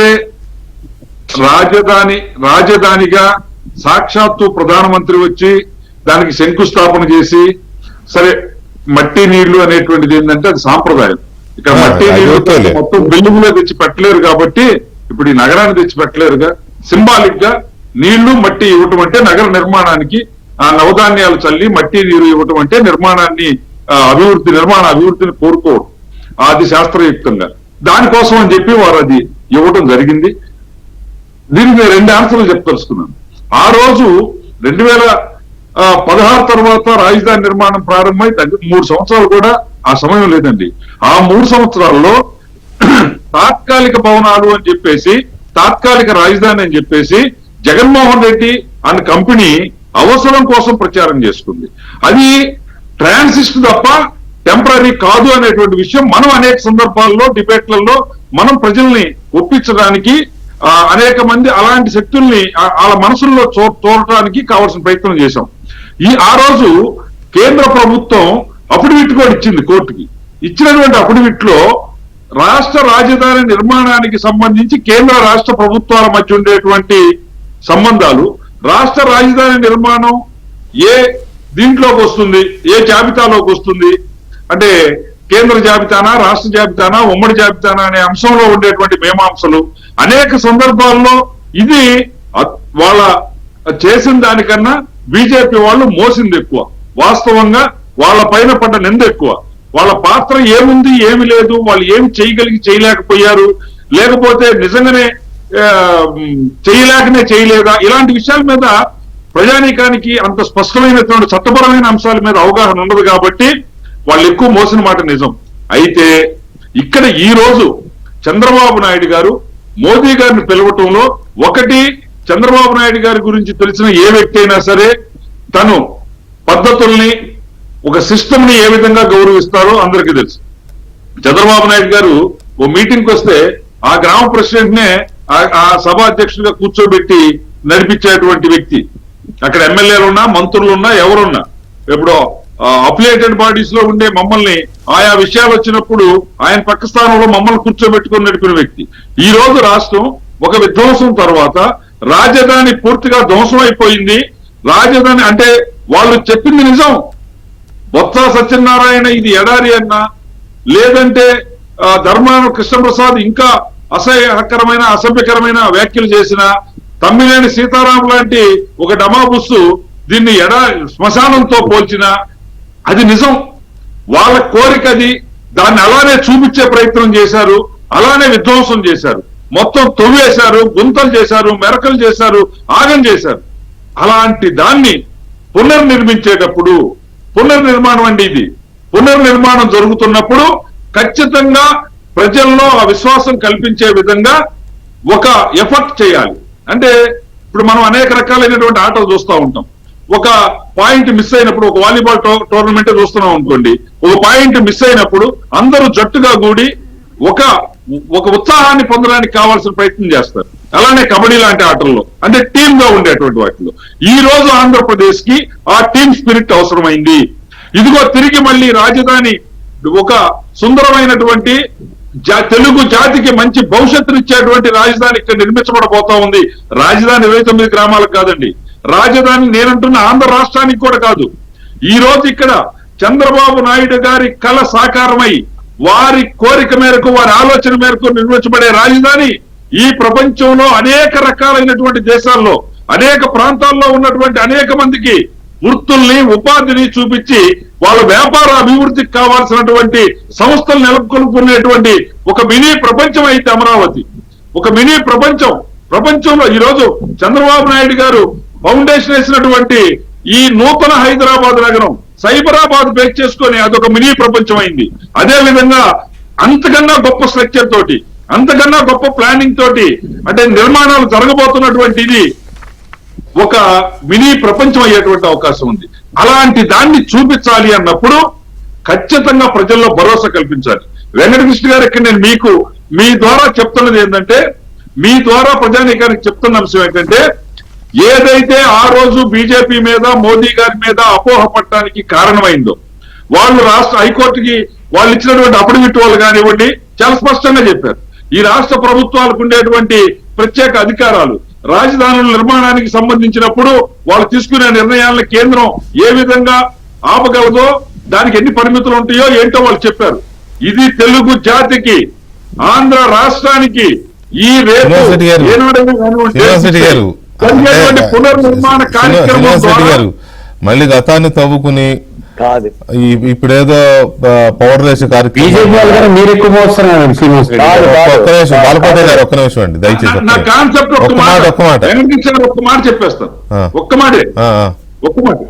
ఇది రాబోయే రోజుల్లో కూడా రాష్ట్రంలో దుష్ట శక్తుల పాలనకు వస్తే ప్రమాదం జరుగుతుంది అనేటువంటి అంశాన్ని గమనంలోకి తీసుకునే విధంగా ఉపయోగపడుతుందనే ఉద్దేశంతో నేను ఈ పౌడర్ కానివ్వండి, క్రీమ్ కానివ్వండి, ఆయింట్మెంట్ కానివ్వండి, సొల్యూషన్ ఏదైనా సరే వాటికి సంబంధించిందంతా చెప్పిన కారణం ఏంటంటే, కేంద్ర రాష్ట్ర ప్రభుత్వాలు ఇలా ఉన్నప్పుడు రాష్ట్రంలో ప్రజా పరిపాలన లేకపోతే, ప్రజలకు సంబంధించినటువంటి పాలకులు అధికారంలో లేకపోతే ప్రమాదం వస్తుంది.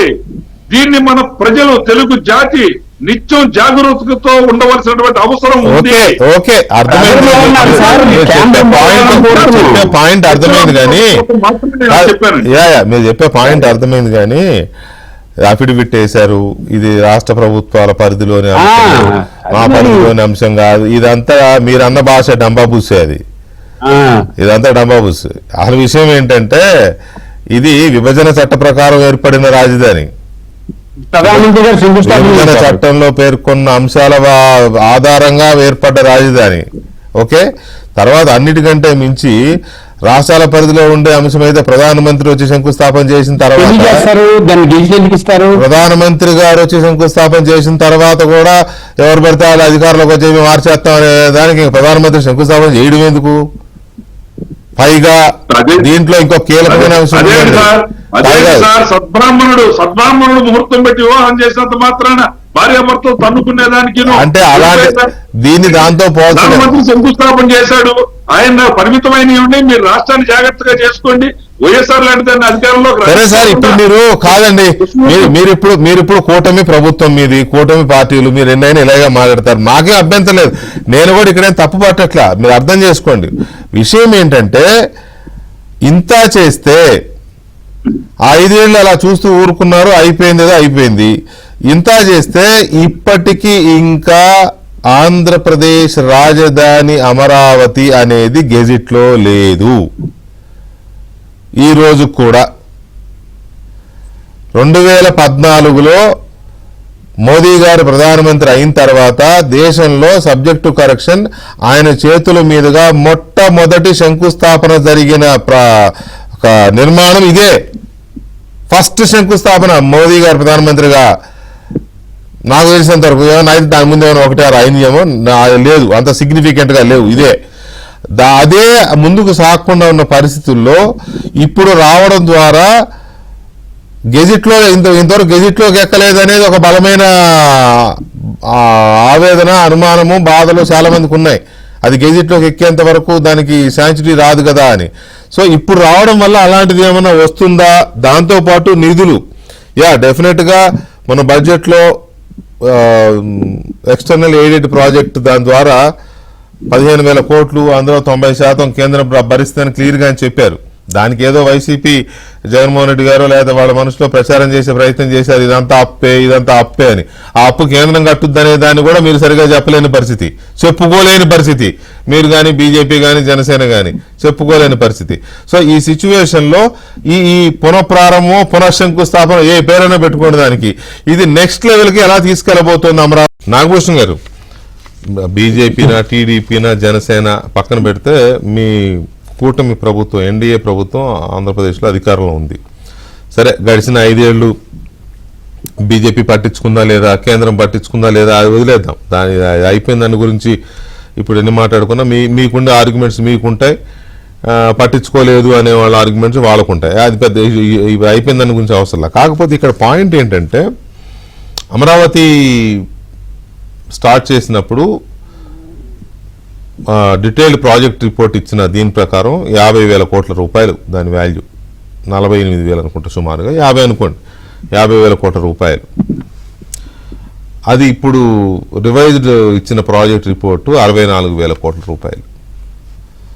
14,000 కోట్ల రూపాయలు పెరిగిపోయింది. ఎస్కలేషన్స్ అనండి, లేకపోతే ఈ 5 ఏళ్ళు ముందుకు సాగకపోవడం వల్ల ఆగిపోయిన డ్యామేజెస్ అనుకోండి, పెరిగిపోయిన రేట్లు అనుకోండి, స్టీలు, సిమెంట్, ఇవన్నీ ఉంటాయి కదా, మీకు ఎక్కువ తెలుసు ఇటువంటివి. సో ఈ 14,000 కోట్ల రూపాయలు పెరిగిపోయినాయి. ఏదైతే ఇప్పుడు కేంద్ర ప్రభుత్వం ఎక్స్టర్నల్ ఎయిడెడ్ ప్రాజెక్ట్ కింద అప్పు ఇప్పించిందో, అప్పు అంటే కేంద్రమే భరిస్తుంది కానీ ఇప్పించిందో అదంతా ఇగో ఈ దీంట్లో పోయింది. ఏదో 0 హళ్ళికి హళ్ళి అంటారే, అట్లా పోయింది అది. దీనికి ఎవరిని బాధ్యులు చేస్తారు? గడిచిన 5 ఏళ్ల విధ్వంసానికి, చెదిరిపోయిన జీవితాలకి, బతుకులకి, ఆరిపోయిన బతుకులకి, ఇదిగో ఈ 14,000 కోట్ల రూపాయలకి ఎవరిని బాధ్యులు చేస్తారు? నేను మిమ్మల్ని, నాగభూషణ్ గారు, మిమ్మల్ని బీజేపీ గానో వ్యక్తిగానో అడగట్లా, కూటమి ప్రభుత్వంగా అడుగుతున్నా, ఎవరిని బాధ్యులు చేస్తారు దీనికి? ఒక్క నిమిషం వెంకటకృష్ణ గారు, ముందు ఏంటంటే 2 పాయింట్లు నేను క్లారిఫై చేయాలి. ఇందాక 2014 నుంచి 19 వరకు బీజేపీ అప్పుడున్న రోల్ ఏంటి, 19 నుంచి 24 వరకు 2 పాయింట్లు. ఫస్ట్, అమరావతిని ఎప్పుడైతే 3 రాజధానులన్నా ఆ రోజు డే 1 నుంచి కూడా మా రాష్ట్ర పార్టీ కానీ మేము కూడా ఒకే రాజధాని స్టాండ్ తీసుకున్నాం. అది ఎక్కడ కాంప్రమైజ్ లేదు. నేను కూడా అఖిల పక్ష మీటింగ్ మేము వచ్చాం కానీ సిపిఎం వాళ్ళు రాలేదు. తర్వాత దానికి నేను సత్యమూర్తి గారని వెళ్ళాం. సరే, అది వేయలేదు. రెండోది, ఈ ఏదైతే మీరు చెప్పారో ఆల్రెడీ 64,000 కోట్లు, 15,000 కోట్ల రూపాయలు ఇంతకు ముందు 2014 నుంచి 19 మంది ఖర్చు పెట్టాం. అది కాక ఇప్పుడు వస్తున్నటువంటి 5 సంవత్సరాలు వాళ్ళు చేసిన డ్యామేజ్ ని మళ్ళా సరి చేసుకుంటూ ముందుకు వెళ్ళాలి. నేనేమంటానంటే చాలా మంది ఉన్నాక అది కూడా అంటున్నారు మట్టి నీరు అని. అసలు మన ఇంటికి ఎవరు మన అమ్మాయి ఆడపడుచు వస్తే మీకు వెంకటకృష్ణ మీ సిస్టర్ ఎవరు ఉంటే వస్తే పెడతాం, చీరలు పెడతాం, గాజులు పెడతాం, పసుపు కుంకుమ పెడతాం. డబ్బులు అనేది పక్కన చెక్ ఇస్తామా, డబ్బు ఇస్తాం. అలాగే సెంటిమెంట్ అది. అలాగే మట్టి మీద తేవడాన్ని ఎవరు తప్పు పట్టట్లేదండి. ఇందాక బాబుజీ గారి ఇల్లు ఆయన కూడా తప్పు ఒక బాగా చెప్తారు. ఇలా నేను ఎందుకు చెప్తున్నానంటే ఒక పాయింట్, ఇప్పుడు మన ఇంటికి ఎవరు పెద్దవాళ్ళు వస్తారు, వాళ్ళకి పెద్దవాళ్ళకి ఏం బట్టలు పెట్టినప్పుడు తమ్ముడు అరటికాయ తమలపాకులు పెడతాం, ఒక్కలు పెడతాం. This the sentiment. ఇదేంటే బాబు ఇచ్చారంటే అలవాట్ల పేరు అంటే దట్ ఈస్ ద సెంటిమెంట్. ఇప్పుడు నేను అనేది ఏంటంటే, ఇవాళ ఒక కత్తి ఎవరి దగ్గర దొంగ దగ్గర ఉంటే అతను ఏం చేస్తాడంటే దొంగతనాలు చేస్తాడు, మర్డర్లు చేస్తాడు. ఇది అతని చేతులు. అదే డాక్టర్ దగ్గర ఉంటే సర్జరీలు చేస్తాడు, మనుషులు బతికిస్తాడు. మన దరిద్రం ఏంటంటే లాస్ట్ 19 నుంచి 24 వరకు కత్తి రాంగ్ ప్రొఫెషనల్ పవర్ అనేది ఒక కత్తి చెప్పాలంటే వాళ్ళ దగ్గరికి వెళ్ళింది. దానివల్ల ఇవాళ ఈ రాష్ట్రంలో ఎంత డ్యామేజ్ జరిగింది. ఈ డ్యామేజ్ ఏదైతే ఉందో ఇవాళ ప్రజలు అతనికి ఎవరు శిక్షించారు, ప్రజలు పూర్తిగా శిక్షించారు. ఇంకా ఫ్యూచర్ లో కూడా పవర్ లోకి వచ్చే ఛాన్స్ కూడా లేదు. మనం కూడా కంటిన్యూగా ఒక 20 సంవత్సరాలు ఈ కూటమి ఉండాలనుకుంటే మనం కూడా అంతే కేర్ఫుల్ గా ఈ డెవలప్మెంట్ విషయంలో కూడా ఉండాలనేది. ఈ రోజున మోడీ గారు మీరు చూస్తే ఇవాళ బెంగళూరు టు మేదరమెట్ల రోడ్డు ఎంత ఫాస్ట్ గా వెళ్తుందంటే మీరు నమ్మరండి. జనవరి 26కి 26లో కంప్లీట్ చేయాలని టార్గెట్. అది యాక్చువల్గా 27కి అవ్వాలి, కానీ 1 year ముందు తీసుకొచ్చారు. అంత ఫాస్ట్ జరుగుతుంది. అట్లాగే ఈ రాజధానికి కూడా ఈ కావాల్సిన నిధులు ఏవైతే ఉన్నాయో డెఫినెట్ గా 100% కేంద్ర ప్రభుత్వం ప్రపంచంలో ఇటువంటి రాజధాని ఉంటే ప్రజలు ఎంత సుఖంగా ఉండొచ్చు, రోడ్లు ఏ విధంగా వెడల్పు ఉంటాయనే దాని మీద ఇవాళ చంద్రబాబు గారు ఆల్రెడీ ఢిల్లీ దిగారు, పవన్ కళ్యాణ్ గారు ఆయనతో పాటు వెళ్లారు. ముగ్గురు మాట్లాడుకుని మోడీ గారిని కలిసి డెఫినెట్ గా ఒక మంచి సొల్యూషన్ తో, అంటే ఇక్కడ ఈసారి పరిగెత్తడం తప్పితే ఇంకా వందే భారత్ ట్రైన్ లాగా ప్యాసింజర్ రైలు లాగా ఉండదండి. ఇక మనం వర్కులు చేయించుకోవడంలోనే మన ఫాస్ట్నెస్ చూపించాలనేది నా భావన. అట్లాగే చిన్న చిన్న ల్యాండ్ ఆడలేదు వీళ్ళు లేదు, వీటి కోసం వీటి జోలికి వెళ్ళకూడదండి. ఎందుకంటే వైసీపీ ఎప్పుడు కూడా స్పీడ్ బ్రేకర్ లాగా కోర్టులో కేసులు పెట్టు, ఇబ్బందులు పెడతాం, స్టేట్మెంట్లు ఇట్టు ఎన్ని చేస్తాయి. వాళ్ళ ట్రాఫిక్ లో మనం పడకుండా మనకి ఏదైతే అవసరం, ఇప్పుడు మార్నింగ్ బ్రేక్ఫాస్ట్ గురించి ఆలోచిస్తారు కదా, ఈవినింగ్ లంచ్ డిన్నర్ గురించి ఆలోచిస్తే కూర్చుంటే మనకి టైం అయిపోద్ది, బ్రేక్ఫాస్ట్ కూడా చేయలేము.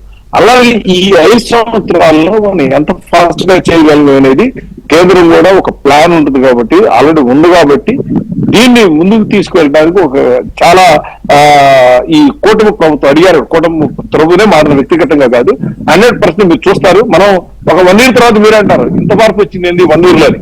ఎందుకంటే 5 సంవత్సరాల కింద టెక్నాలజీకి వాళ్ళు చాలా మారిపోయిందండి. ఇవాళ 12 ఇంత ముందు 4 వేలు పెట్టే బిల్డింగ్ ఇప్పుడు 12 నెలల్లో కంప్లీట్ చేయవచ్చండి. అంత టెక్నాలజీ పెరిగింది ఇప్పుడు. సో అందుకని ఆ వారం మనకి వేరే ఇష్యూస్ చిన్న ఉన్నా కూడా ఇదివరకంటే వాళ్ళు ఆ ట్రిబ్యునల్ వేసి ఇక్కడ ఆర్కే లోకల్ ఎమ్మెల్యే మంగళగిరిలో ఉండి వీళ్ళందరూ నానా రద్దు చేశారు. ఇప్పుడు ఈసారి ఏమి లేవు కాబట్టి మనకు పోయినసారి డిలే అవడానికి కారణం ఒకళ్ళొకళ్ళు నిర్మించుకునే కంటే కూడా ఇవాళ ఏం చేద్దాం మనం ఈ డబుల్ ఇంజిన్ సర్కార్ దయచేసి నా పాయింట్ ని మీరు అంటే మీకు తెలుసు, కాకపోతే మీరు సీనియర్ పొలిటీషియన్ కాబట్టి బాగా తెలివిగా మాట్లాడతారు కాబట్టి తెలియనట్టుగా దాన్ని ఏటో డ్రైవ్ చేస్తారు. నేను అడిగింది మీరు అంటారు జరిగిన దాని నిందలు ఒకళ్ళ మీద ఒకళ్ళు నిందలు వేసుకుంటూ కూర్చోవడం కంటే ఇప్పుడు టెక్నాలజీ అందుబాటులోకి వచ్చింది, స్పీడ్గా తీసుకెళ్దాం. స్పీడ్గానే తీసుకెళ్ళాలి. 29 లోపు అక్కడ పూర్తి స్థాయి రాజధాని ఉంటేనే జనానికి ఒక రకమైన ఉపశమనం. అది తీసుకెళ్లాల్సిందే, దాంట్లో రెండో ఆలోచన లేదు, మీకు వేరే ఆప్షన్ కూడా లేదు. నా పాయింట్ ఏంటంటే నిందలు వేసుకోవడానికి లేదా జనం ఆయన్ని శిక్షించారు అనుకోవడానికి కాదండి. జనం శిక్షించారని ఊరుకుంటే మరి అన్ని వేల కోట్ల రూపాయల ఇది ఆగిపోయింది, నగర నిర్మాణం ఆగిపోయింది, చిందరవందర అయిపోయింది, చిన్నాభిన్నం అయిపోయినాయి జీవితాలు, బతుకులు చిన్నాభిన్నం అయిపోయినాయి. దాదాపు 200 మంది గుండెలు ఆగిపోయినాయి. 1631 రోజులు మహిళలు, రైతులు, దళితులు, మైనారిటీలు, బలహీన వర్గాలు అందరూ ఉద్యమం చేస్తే వాళ్ళ మీద తప్పుడు కేసులు పెడితే దీని మీద ఏం ఎంక్వైరీ చేయరా? నాకు తెలిసి ఆ ఉద్యమం మీద సిబిఐ ఎంక్వైరీ చేయాలి. ఎవరు చేశాడు ఈ ఉద్యమానికి కారణం ఏంటి, అసలు దీని వెనుక ఉన్నది ఎవరు, కేసులు పెట్టింది ఎవరు, ఎలాంటి కేసులు పెట్టారు, దళితుల మీద ఎస్సీ కేసు పెట్టడం ఏంటి, మహిళల్ని డొక్కలో తన్నడం ఏంటి, ఇవన్నీ ఒక పూర్తి స్థాయి ఎంక్వైరీ వేయాల్సిన అవసరం లేదా? బాలకోట గారు నేను మిమ్మల్ని అడుగుతున్నా, నాగభూషణం గారికి నేటో సైట్ ట్రాక్ తీసుకెళ్తాడు మళ్ళీ నాకు తెలుసు, కానీ మీరు చెప్పండి బాలకోట గారు. వెంకటకృష్ణ గారు వ్యక్తులకైనా ప్రభుత్వానికైనా సంకల్పాలు ఉండొచ్చు, కోరికలు ఉండొచ్చు. నా కొడుకు ఎర్రగా ఉండాలి, బుర్రగా ఉండాలి, 6 అడుగులు ఉండాలి, సావిత్రిని పెళ్లి చేసుకోవాలి, శ్రీదేవిని పెళ్లి చేసుకోవాలి కళ్ళగనొచ్చు. ఏంటండి ఇద్దరు చచ్చిపోయినట్టు ఇప్పుడు అమరావతి అంటే మరి మరి మహానటులు కాబట్టి వాళ్ళని చెప్తే బాగుంటుంది. ఓకే. ఇప్పుడు అమరావతిని ఢిల్లీని తరదన్నే రాజధాని అవుతుందని ఢిల్లీ వాళ్ళు చెప్పాలి, మనగా చెప్పాల్సింది. ప్రపంచ నగరం మినీ ప్రపంచం అవుతుందని ప్రపంచం వాళ్ళు చెప్పాలి అమరావతి గురించి. నేను ఆ మాట చెప్తున్నానండి, జగన్మోహన్ రెడ్డి గారు రాజకీయాల్లో ఉన్నంత వరకు అమరావతికి ప్రమాదమే, తలగల దగ్గర తాచుకోమే. అమరావతి 5 ఏళ్ల విధ్వంసంలో, జగన్మోహన్ రెడ్డి గారి విధ్వంసంలో కూటమి ప్రభుత్వం ఏం నేర్చుకుంది నేను అడుగుతున్నాను, చెప్పమనండి.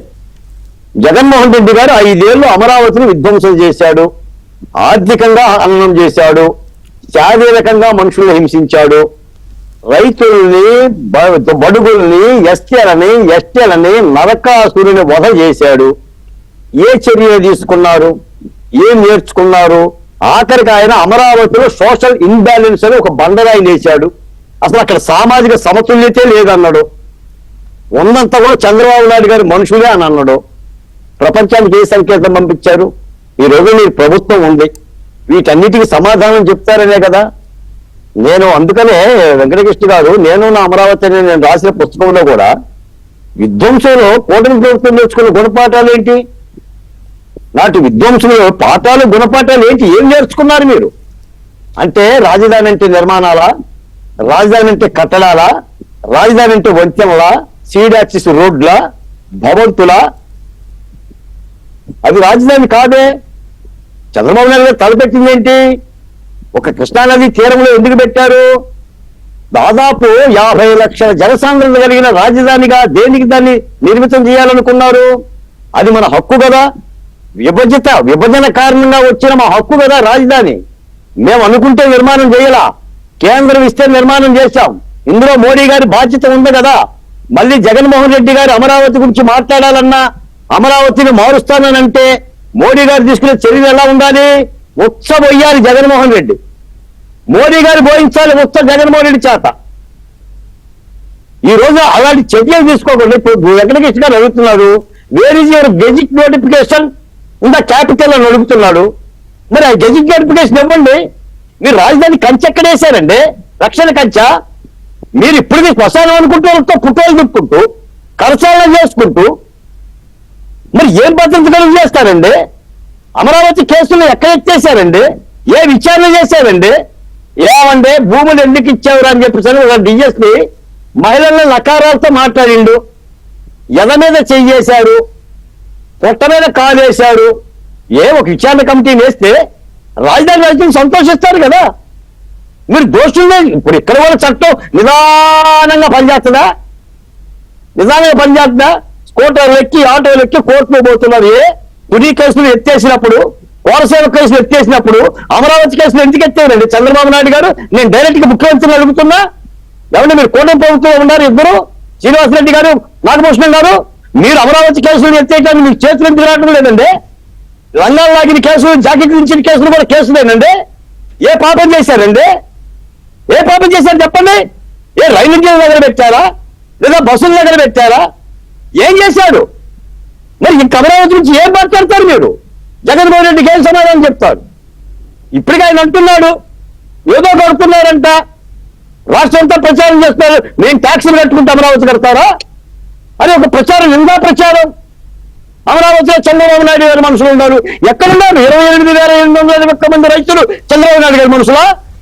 ఈ 50,000 ఎకరాల చంద్రబాబు నాయుడు గారి ఎకరం పొలం చూపించండి. పోనీ పవన్ కళ్యాణ్ ఒక అరెకరం చూపించండి, లోకేష్ గారితో ఒక ఎకరం చూపించండి. మరి రాష్ట్రపతి తెలియొద్దా? మీరు కూటమి ప్రభుత్వం ఇది ప్రజలకు తీసుకెళ్ళొద్దా? మీరు చేస్తారు, 40,000 కోట్లతో చేస్తారు, 11,000 కోట్లతో టెండర్లు పిలుస్తారు, మోడీ గారిని చేస్తారు. మరి మోడీ గారైనా కట్టడం చేయాలి కదా. అది విభజన ప్రకారం పెట్టామండి. పెట్టిన రాజధాని తీయటం సార్, నీకు చేత అయితే పెట్టిన రాజధాని అభివృద్ధి చేయాలి. అయినా హైదరాబాద్ తోడు ఢిల్లీతో పోలుస్తారు సార్. అవి నగరాలు, 100,000 సంవత్సరాల నగరాలు. భాగ్యనగరం చరిత్ర 450 సంవత్సరాలు, అమరావతి చరిత్ర 8 సంవత్సరాలే, 10 ఏళ్లే. ఆ నేల మీద ఉండి, ఆ నేల మీద పాలన చేసి, ఆ నేలను చూడడానికి పార్టీని మరి దాని యొక్క కుట్రల్ని ప్రజల్లో తీసుకెళ్ళాలి. అమరావతిని అమరావతిగా చూడట్లేదు కదండి. అమరావతిని ధరణి కోటగా చూస్తున్నారు. 1000 ఏళ్ల చరిత్ర ఉంది. గౌతమిపుత్ర శాతకర్ణి పాలించిన రాజధాని అది. అక్కడి నుంచి చూడండి. మరి కాదు, హైదరాబాద్ ని నిజాంతో పోయొచ్చి మనం 400 సంవత్సరాల చరిత్రను లెక్కేసుకున్నప్పుడు, ఢిల్లీ సుల్తాన్ అని చెప్పి దానికి 100 సంవత్సరాలు అనుకున్నప్పుడు దీనికి 1000 సంవత్సరాలు ఉంటుంది. కాబట్టి జనాభా తక్కువ ఉండొచ్చు, అది వేరే విషయం. కానీ సో ఇక్కడ ఆఖరిగా వెంకటకృష్ణ గారు 2 జంట నగరాలు విజయవాడ గుంటూరు మధ్య ఏర్పాటు చేసిన అమరావతిని 29 గ్రామాలు పరిమితం చేసి ప్రచారం చేసినా కూడా ఈ రోజున చాలా మంది కూడా దాన్ని నమ్మి మీలాంటి డిబేట్లో నాలాంటి డిబేట్లో కూడా మన మీద కూడా ఎగబడ్డోళ్ళే, సోషల్ మీడియాలో చేసిన వెళ్ళే. మరి ప్రభుత్వం ఆ దిశగా నివారణ చర్యలు తీసుకోపోతే నేను ఒకటే మాట చెప్తానండి, ఈ దేశ ప్రధాని నరేంద్ర మోడీ గారు రేపు అమరావతి రాగానే అమరావతి రక్షణకు సంబంధించిన ఫుల్ స్టాప్ పెట్టాలి, దాన్ని కట్టడి చేయాలి. చట్టబద్ధంగా ఎలా చేస్తారు, గెజిట్ ఇస్తారా, రాష్ట్రపతి ఆమోదంతో తీర్మానం చేస్తారా, కానీ అమరావతి మీద మళ్ళీ కాలు పెట్టేవాడిని, లేదంటే దాన్ని తోలనాడేవాడిని, దాని మీద ఉమ్మేసేవాడిని చట్టాల్లోనన్నా బంధించి శిక్షించాల్సిన అవసరం ఉందండి. దానికి ప్రధానమైన పరిష్కారం తొందరగా పూర్తి చేయడమే, నిర్మాణం పూర్తి చేయడమే మెయిన్ పరిష్కారం. సెక్యూరిటీ కూడా ఉండాలి. అదే చెప్తాను. బహుశా అది చేయడానికే చంద్రబాబు నాయుడు గారు మోడీ గారిని తీసుకొచ్చుకుంటున్నాడు. అంత విచిత్రమేం కాదులే. దాంట్లో చంద్రబాబు నాయుడు గారు తీసుకుంటుంది అని మనం అందరం అది ఎవరైనా చేస్తున్న పని. స్థిరంగా నిలబడాలి. తర్వాత గతం విధ్వంసానికి ఎవరిని బాధ్యులు చేస్తారు అది కూడా కదండి. బాలకోటి గారు చెప్పింది కూడా వ్యాలిడ్ పాయింట్ అండి. ఈ రోజు ఇమీడియట్ గా కేబినెట్ గానీ లేకపోతే కూటమి ప్రభుత్వం కానీ కూర్చొని ఆ కేసుల మీద ఒక కమిటీ వేసి దాన్ని ఇమీడియట్ గా పక్కకు పెట్టించే ప్రయత్నం చేయాల్సిన అవసరం ఉంది. ఎవరు చెప్తారు ఈ ఆవేదనని? మనం డిబేట్ లో కాబట్టి చెప్పుకోగలుగుతున్నాం, కానీ బయట వాళ్ళ ఆవేదనని ప్రభుత్వం దృష్టికి తీసుకెళ్ళడానికి ఇప్పుడు సమయం ఏది? కాబట్టి చంద్రబాబు నాయుడు గారు చేస్తున్న పనులతో పాటుగా ఈ డిబేట్ల ద్వారా ఇప్పుడు శ్రీనివాస్ రెడ్డి గారు ఉన్నారు, లేకపోతే నాగభూషణ్ గారు ఉన్నారు, మనం అందరం కలిపి ముఖ్యమంత్రి గారి పైన ఈ విషయం పైన ఒక పరిశీలన చేయాలని ఒక ఒత్తిడి తీసుకురాకపోతే ఈ కేసులు ఏంటండి చాలా దారుణం కదండి. ఆ కేసులు ఎవరైనా పరిష్కారం చేయాలి కదా, దాన్ని ఎత్తివేయాలి కదా. మనం తుల్లో రైలు తగలబెట్టేస్తే రైలు తగలబెట్టడానికి బెయిల్ ఇచ్చారు, అప్పుడు జైలు నుంచి లేకుండా చేసి పెట్టారు. అదన్నీ ఎలా చేయగలిగారు? మరి ఇప్పుడు ఈ రోజు ఎట్లా ఎందుకు చేయరు ఇవన్నీ? కాబట్టి గ్యారంటీగా మనం ఏంటంటే మా ప్రధానమంత్రి గారి సహకారం కావాలి, కేంద్రం సహకారం కావాలి, కూటమి ప్రభుత్వం విజయం సాధించాలి ఇది కట్టడంలో. అలాగే కూటమి ప్రభుత్వం రేపు మళ్ళా 2029 నాటికి మళ్ళా రేపు ఎన్నికలకు వెళ్లే నాటికే ఇది దాదాపుగా 80 నుంచి 90% పూర్తయ్యే పరిస్థితికి తీసుకురావాలి. ఇక్కడ మరొక విషయం నేను నోటీసులు పెడుతున్నాను. ఇప్పుడు మొత్తం అంతా పరిపాలనా యంత్రాంగం అంతా అమరావతి మీద కేంద్రీకరిస్తే అప్పుడే మాకు ఉత్తరాంధ్రలో చిన్న స్లోగన్ స్టార్ట్ చేశారు. ప్రభుత్వం పథకాలకి డబ్బులు ఇచ్చే ఉచిత పథకాలు, ఇక్కడ డబ్బులన్నీ కలిపి అమరావతి పెట్టుకెళ్ళిపోతున్నారట అని వైఎస్ఆర్సీపీ కొత్త ప్రచారం.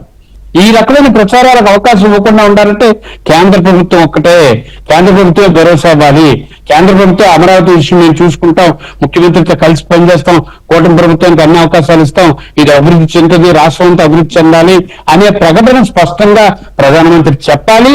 ప్రధానమంత్రి చెప్పిన మాట ప్రజలు నమ్మే స్థాయిలో ప్రధానమంత్రి చేయాలి. ఇందాక కూడా నాగభూషణ్ గారు అన్నారు, నేనేమంటానంటే మట్టి తీసుకొచ్చారా లేకపోతే నీళ్లు తీసుకొచ్చారా అనేది కాదండి, ప్రజలకి నమ్మకం కలగాలని నేను చెప్పాను. వారు తప్పుకనుకున్నారు, నేను అలా అనలేదు. అందుకని ప్రధానమంత్రి గారు నిజంగా సెంటిమెంట్ గా తీసుకొచ్చినప్పటికీ ఇక్కడ విషయం ఫెయిల్ అయింది కాబట్టి తెచ్చిన దాన్ని వేలన చేశారు.